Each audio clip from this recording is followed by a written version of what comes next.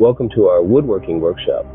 Today we're diving into the fascinating world of woodworking joints. Whether you're a seasoned woodworker or just starting out, understanding different types of joints is crucial for creating strong, durable, and beautiful pieces. So, let's explore 10 common woodworking joints that will take your woodworking projects to the next level. First up, we have the butt joint. It's the simplest of all joints, where two pieces of wood are joined at a right angle.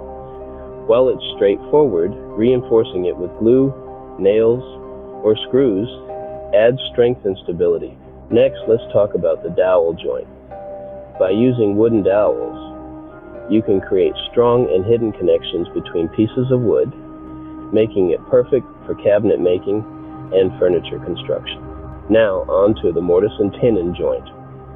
This classic joint features a protruding tenon that fits snugly into a mortise hole, providing exceptional strength and resistance to lateral forces.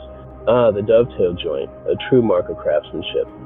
With its interlocking wedge-shaped tails and pins, it not only offers unparalleled strength, but also adds a touch of elegance to your woodworking projects. Moving on to the box joint, also known as the finger joint.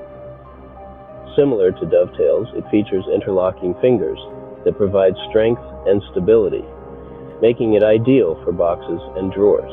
The lap joint is another simple yet effective joint where two pieces of wood overlap each other. It's easy to create and suitable for joining pieces at right angles. Next, we have the rabbet joint, which involves cutting a channel or groove along the edge of a piece of wood to receive the end of another piece. It's commonly used in cabinet backs and drawer bottoms.